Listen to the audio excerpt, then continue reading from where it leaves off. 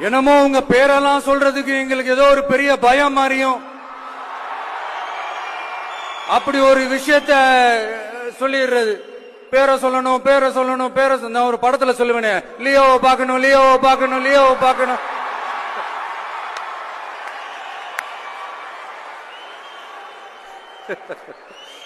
இல்ல இல்ல சத்தியமா அப்படிதாங்க இருக்கு.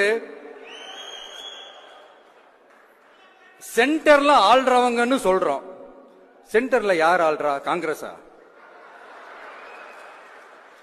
இங்க ஸ்டேட்ல ஆள்றவங்கன்னு பேசுறோம். இங்க யார் ஆள்றா? அதிமுகவா?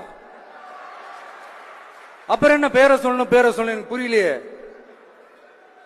நீங்க தானே கேட்டீங்க, வச்சுக்கோங்க.